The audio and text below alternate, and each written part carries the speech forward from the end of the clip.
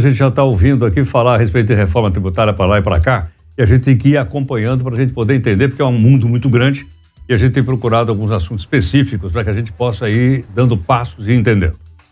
Gentilmente, a advogada, a doutora Tatiana Scaramella, advogada tributarista, está aqui conosco. Doutora Tatiana, muito obrigado por atender aqui a Nova Brasil. Bom dia, Heródoto, mais uma vez estando aqui nesse programa tão espetacular que sempre traz a melhor notícia para todos.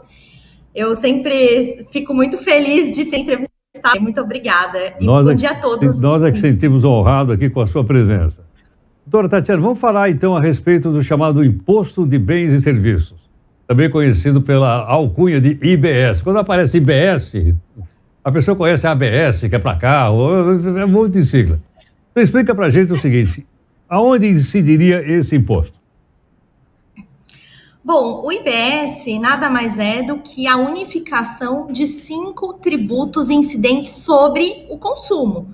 No caso, hoje nós temos o ISS, que é um imposto municipal, quando nós temos uma prestação de serviços, o ICMS, que é o temido imposto estadual, em relação à circulação de mercadorias, transportes intermunicipais, né? Nesse caso também a energia elétrica, que hoje tem causado um alvoroço, porque vai aumentar a energia elétrica por conta dessa questão do ICMS, o IPI, o PIS e a COFINS. Então, nós temos 5 tributos hoje no Brasil incidentes sobre o consumo.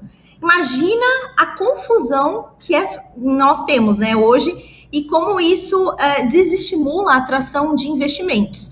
Então, o IBS nada mais é do que o IVA, praticamente, que nós temos na Europa, que incide uma única vez em relação a bens e serviços. Então, em vez de nós termos essa confusão tributária, que é um manicômio em relação ao consumo, onerando cada vez mais o contribuinte, nós teríamos apenas um imposto que seria administrado por um comitê gestor, que incidiria em todas as etapas da questão do consumo e da prestação de serviços em uma única alíquota. Então, nós teríamos uma simplificação tributária.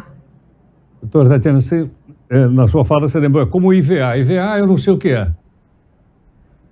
O IVA é um imposto sobre o valor agregado que nós temos na Europa. E vários outros países que são estados que fazem parte da OCDE, né? Que o Brasil, inclusive, estava tentando ingressar no governo anterior. O IVA, ele, no caso, incide apenas quando você adquire o bem. Então, em vez de você ter o SMS, o IPI, o ISS, o PIS e a COFINS, que são os tributos incidentes sobre bens de consumo e serviços, nós teríamos apenas um imposto, que é, no caso, semelhante ao IVA na Europa. Então, quando você adquire um produto na Europa, por exemplo, você tem um valor, né, do produto mais o tributo que você está pagando. Então, o consumidor lá na Europa, ele tem de forma bem clara esse detalhamento, né? O que é de fato o preço do produto e o que é de fato o preço do tributo incidente. Então, apenas um imposto. E é semelhante a isso que a PEC 45 de 2019, a qual eu sou uma defensora, e ela, inclusive, é fruto de estudos no núcleo da Fundação Getúlio Vargas, onde eu curso mestrado profissional em Direito Tributário. Então, é um estudo de todos os tributaristas daquela faculdade, assim como economistas, que tramita hoje na Câmara dos Deputados. É a proposta mais avançada que nós temos atualmente no Congresso. Então, o IVA seria um modelo para a instituição desse imposto, que é o IBS, aqui no Brasil. Tatiana, essa unificação de tributos, ela diminuiria o custo administrativo, por exemplo, das empresas? Sim, com certeza, Heródoto, porque vamos, né, imaginar os 5 tributos incidentes sobre o consumo e também em relação a serviços. Nós temos o SMS, o ISS, que também, né, ambos causam uma certa guerra fiscal hoje entre estados e municípios. É muito importante a gente falar também da guerra fiscal dos impostos municipais, principalmente em relação ao ISS. Os municípios, assim como os estados, eles brigam pela atração de investidores para a instalação de empresas. Então, nós temos aqui uma gama de obrigações acessórias que o contribuinte, principalmente o empresário, ele, no caso, tem que estar em dia. No caso, obrigações acessórias seriam livros contábeis, envio de declarações. Então, imagina de 5 tributos. E aí, nós teríamos a simplificação em apenas um imposto, IBS.